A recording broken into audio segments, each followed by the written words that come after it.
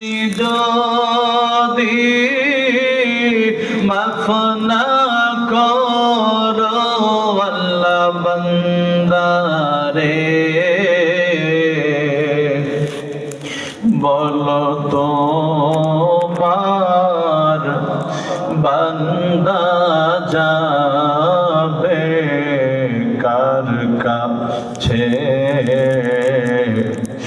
বলো তোমার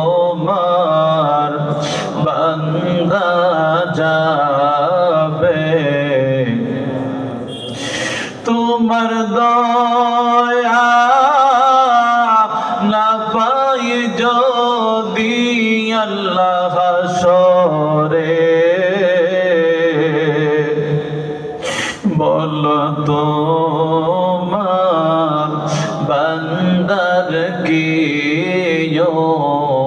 পায় হবে,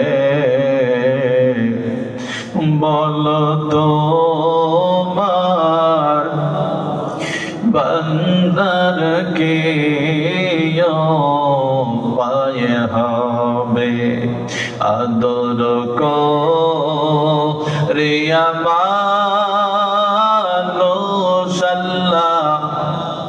বানাইয়া কেমনে দিবা জাহান্নামে ফেলিয়া, কেমনে দিবা জাহান্নামে ফেলিয়া। আয় আল্লাহ,